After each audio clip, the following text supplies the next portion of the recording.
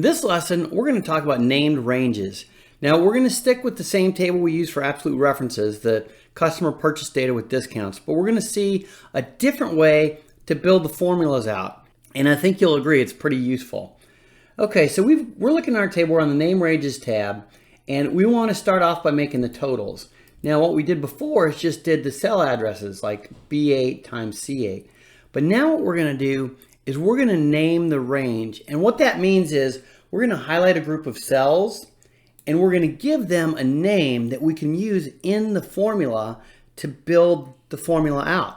So I've got those highlighted, and the easiest way to do this is once you have the cells highlighted you want named, you go to the name box, delete it, delete the cell address there, and you're going to type the name of the range here.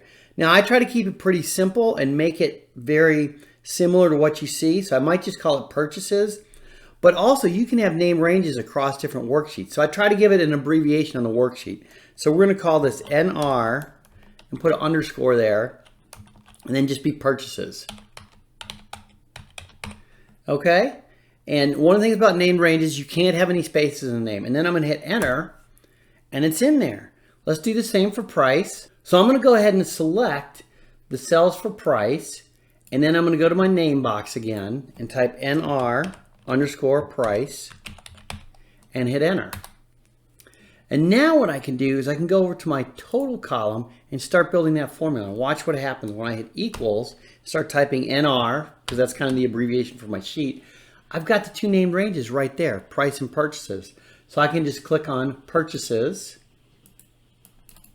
double click it, and then I can hit my times, my asterisk, and then type NR price. And I can hit tab when I'm on there too, and it'll put it in there. And then I hit enter, and it automatically put everything in for me. The other really neat thing about the named ranges, look at our formula now. It's super easy to understand. It says the total is actually the purchases times the price. Not only does it make it easier to write the formula, it makes it easier to know what it is later on. Okay, now the other thing we did with absolute referencing is we had a different discount for each of these columns. And we had to do the partial absolute referencing.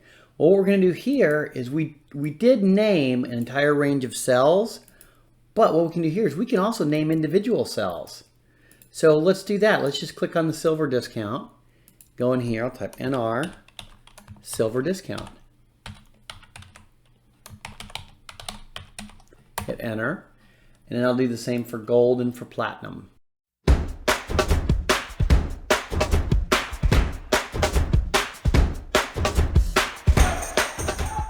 And then we have to do one more thing before we can write this formula out here.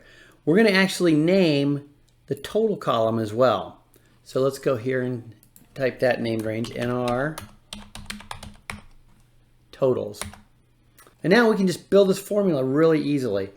Equals NR, and I can use my arrow keys to go down to totals, hit tab, and then times.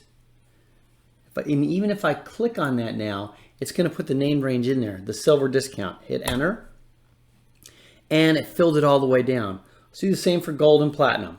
Equals NR total times NR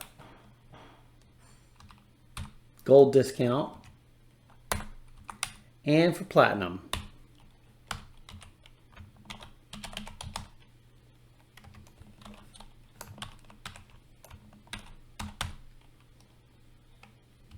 And there you have it. You made this table really quickly, and the formulas are super easy to understand. So just a couple more things about named ranges.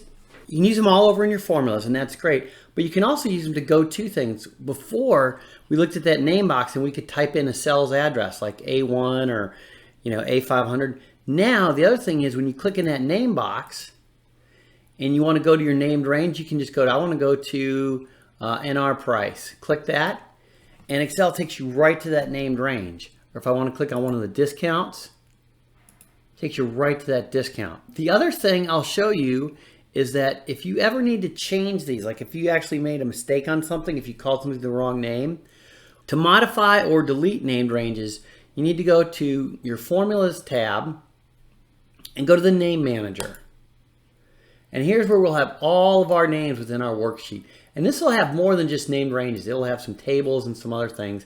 And that's kind of why I like to prefix it with an abbreviation for the worksheet. Again, you don't have to do that. That's just personal preference. But here's my gold discount. Here's what it refers to. It refers to named ranges F6. So if I want to change that, I could just go here and make that be a different cell reference.